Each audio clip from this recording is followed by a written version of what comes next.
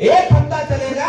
उसी बीच में मैं खुद माननीय नेताजी से को आग्रह करूंगा कि ये मऊ वाली जो समस्या है, ये आपके मधुबन तहसील और घोसी तहसील की बात सदन में उठावे और ये निर्देश जारी करवावे कि डीएम बड़ा है कि तहसीलदार बड़ा है, ये माननीय मुख्यमंत्री जी बताने का कार्य करें कि डीएम के निर्देश को तहसीलदार मानेगा कि तहसीलदार के निर्देश को डीएम मानेगा। इसका स्पष्टीकरण सदन में माननीय नेताजी मांगने का काम करेंगे। 100 की सीधी 1। अब ऐसे काम नहीं चलने वाला है।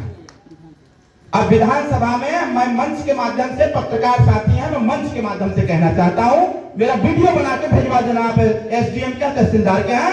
मैं अब इनको तो विधानसभा के कटघरे में खड़ा करवाऊंगा और माननीय नेताजी से आग्रह करूंगा आप लोगों के पत्र पर कि बाबूजी ये बात विधानसभा में उठनी चाहिए और उठनी चाहिए। और स्पष्टीकरण यही तो मनवा करते थे कि जब एक ही निर्देश पर पूरे प्रदेश के 17 जनपदों में गोल्ड का सर्टिफिकेट जारी हो सकता है तो मऊ जनपद में जारी क्यों नहीं हो पा रहा है, इसका स्पष्टीकरण डीएम हटा देने का कार्य करें।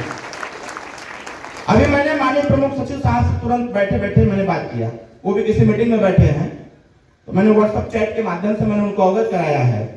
उन्होंने हमको बोला है कि शाम को हम आपको पूरा विस्तृत सारी बातें करके और मैं खुद ऊपर से निर्देश मऊ करा दूंगा कि जिससे कि गोंड समाज और खरवाड़ समाज का कोई दिक्कत जाति पहुंचा नहीं। बस मैं आपसे बस एक बात कहना चाहता हूं, देखिए अगर आप संदेह में रहेंगे, संकोच करेंगे और आपस में एकजुट नहीं रहेंगे, मैं पिछली बार भी कहा था और आज भी कह रहा हूं, मैं नहीं हमारी नस्लें भी आ जाएंगी तब भी आपका सर्टिफिकेट नहीं बनने वाला है। क्योंकि वर्तमान समय की जो राजनीति है ना, ये राजनीति सिर्फ रोटी सेकने का कार्य कर रहा है। हम आपको भ्रमित करके कैसे वोट ले लें, लोग बस इसी चीज पर फोकस कर रहे हैं। इस बात को समझने की आवश्यकता है। हमने पिछली बार भी बताया था और आज भी बता रहा हूं कि जिसको आज नौकरियों में सहभागिता हो जानी चाहिए थी, अभी आज वो अपनी पुस्त दर पुस्त, पीढ़ी दर पीढ़ी सिर्फ जाति प्रमाण पत्र बनवाने में ही लगा, अपना पूरा जीवन लगा देता है। अब आगे क्या विकास होगा। मुझे एक वीडियो प्राप्त हुआ था, राकेश जी ने दिया था, अभी मैं 29 तारीख को 28 तारीख को मैं गाजीपुर के मोहम्मदाबाद विधानसभा में एक जनसभा में था। एक वीडियो हमको मिला, जानते हैं क्यों नहीं बना रहे हैं लोग सर्टिफिकेट। असली बात तो मुझे उस दिन पता चला, मात्र 15 सेकंड के वीडियो में। असली बात तो मुझे उस दिन पता चला मात्र 15 सेकंड के वीडियो में कि एसडीएम साहब कह रहे थे कि अगर इनका जाति प्रमाण पत्र बन जाएगा तो फिर मेरी कुर्सी कौन बचाएगा। आप जरा सोचिएगा, अगर मैं गोड़ का जाति प्रमाण पत्र बना दूंगा तो फिर मेरी कुर्सियां कौन बचाएगा।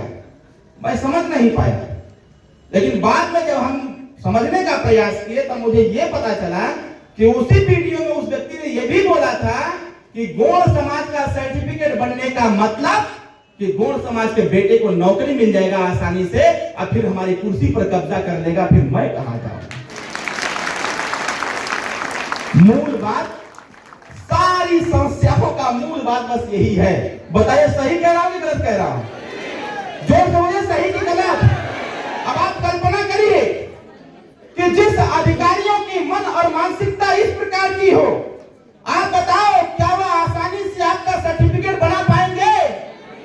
जोर से बताओ, बना पाएंगे? नहीं बना पाएंगे। इस तरह संघर्ष करने की आवश्यकता है। 17 तारीख का डेट देता हूं। 17 तारीख को मैं फिर मोहम्मदाबाद में आ रहा हूं और 17 तारीख को कार्यक्रम रखवाया हूं पिछड़ा अतिदलित महासम्मेलन। 21 तारीख को और 21 तारीख को मोहम्मदाबाद में मैं भी आऊंगा, नेताजी भी आएंगे।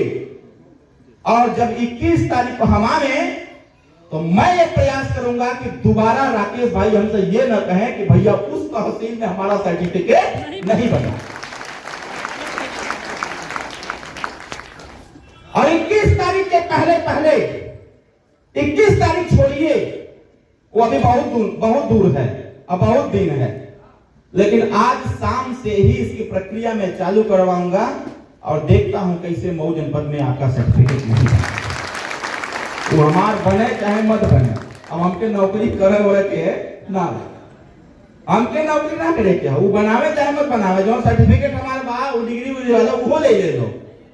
लेकिन अब तो मेरा अंतिम प्रयास यही रहेगा कि जब तक एकदम आसानी से आवेदन जो व्यक्ति कर दिया आसानी से, जब तक आपका सर्टिफिकेट जारी नहीं हो जाता है तब तक हम भी अब चैन से बैठने वाले। 2 तारीख से विधानसभा, उसके बाद मुख्यमंत्री जी से मुलाकात, उसके बाद प्रमुख सचिव समाज कल्याण, और वहीं से निर्देश जारी करवाऊंगा कि जल्दी पहले मऊ भेज दीजिए और मऊ शासनादेश भेज करके फोनवो कर दीजिए, फोनवो कर दीजिए कि ये शासनादेश भेज रहा हूं, ये माननीय योगी जी का निर्देश है। अगर कहेंगे तो पीएम साहब कैसे भेजवा दिया जाएगा, गृह मंत्री कहां से भेजवा दिया जाएगा। अब मुझे बस इसी चीज को जानने की आवश्यकता है कि कौन बड़ा है इसमें। मुझे इस बात का दुख है, हम लोग जिंदगी भर संघर्ष करते रह जाएंगे खाली सर्टिफिकेट के लिए। अरे भाई वैकेंसी आ रही है, चली जा रही है, लड़कवा नौकरी कैया पैसा सौ, क्या ये इसी प्रकार से चलता रहेगा? इसलिए यहां मैं देख रहा हूं बहुत सारे युवा साथी हैं। मेरे भाई मेरी बातों को गौर करिएगा, मैं राजनीतिक चर्चा नहीं कर रहा है, ये मेरे मन की पीड़ा बोल रही है, ये मेरे मन की पीड़ा बोल रही है कि यार देखो हमारे दादाजी भी जिंदा हैं और मेरे दादाजी भी संघर्ष करते रह गए, मेरे पिताजी भी संघर्ष कर रहे हैं और हम सुरवा संघर्ष कर रहे थे, लेकिन हम व्यवस्थाओं को सही सुचारू रूप से नहीं चलवा पा रहे। कहने का मतलब यह है कि ये जो सिस्टम में बैठे हुए लोग हैं, इनसे लड़ने के लिए अरविंद केजरीवाल की बात को ध्यान रखना होगा। अगर कीचड़ की सफाई करना है तो कीचड़ में घुसना पड़ेगा, तभी सफाई हो पाएगा। इसीलिए मैं कह रहा हूं पढ़ाई लिखाई कंटिन्यू करते रहिए, कोई बात नहीं है। आप यहाँ नहीं, आपके भाई लोग अगर नौकरियों में सम्मिलित हो रहे जा रहे हैं, घबराने की आवश्यकता नहीं। अगर आपका भाई जा सकता है तो यहाँ का भी भाई जाएगा, थोड़ा सा समय जरूर लगेगा लेकिन जाएगा जरूर, वो चाहे कोई भी विभाग है। इसलिए मैं आपसे आग्रह करूंगा कि तमाम तरह की बातें होती हैं उस पर कदापि मत जाइएगा। अभी पॉइंट ऑफ व्यू हमारा फोकस बस इस चीज पर होना चाहिए कि हम पढ़ाई लिखाई करें और सामाजिक और शैक्षणिक स्तर पर इतने मजबूत हो जाएं कि हमारी आवाज दिल्ली की पंचायत में गूंजना चालू हो जाए कि हमारी समस्याओं का समाधान हो। इसलिए मेरा आग्रह बारंबार एक ही रहेगा, जो लोग भी पढ़ाई कर रहे हैं पढ़ाई कंटिन्यू करते रहिए। वैकेंसियां आ रही हैं, 1 महीने बाद आचार संहिता लागू होने वाला है, उसके बाद कोई वैकेंसी नहीं आने वाली है, फिर चुनाव के बाद वैकेंसी आएगी। लेकिन इसी बीच में हम नहीं चाहते हैं कि आपके गुण जाति का सर्टिफिकेट, जाति प्रमाण पत्र राजनीतिक एजेंडा रह जाए। इसलिए उसके पहले ही मैं इस मसले को सॉल्व करा करके आपको भरपूर संतुष्ट करने का प्रयास करूंगा कि आप लड़ाई झगड़ा करने की आवश्यकता नहीं है, किसी अधिकारी का घर घेरने की आवश्यकता नहीं है, किसी तहसील में धरना पर बैठने की आवश्यकता नहीं है। आप अगर बैठना चाहते हो तो स्कूल में जाकर के बैठो, वहां बैठ कर शिक्षा दीक्षा लेकर के और अपने सर्टिफिकेट का प्रयोग करके वैकेंसी में सम्मिलित होने का कार्य करिए। कहीं धरना देने की आवश्यकता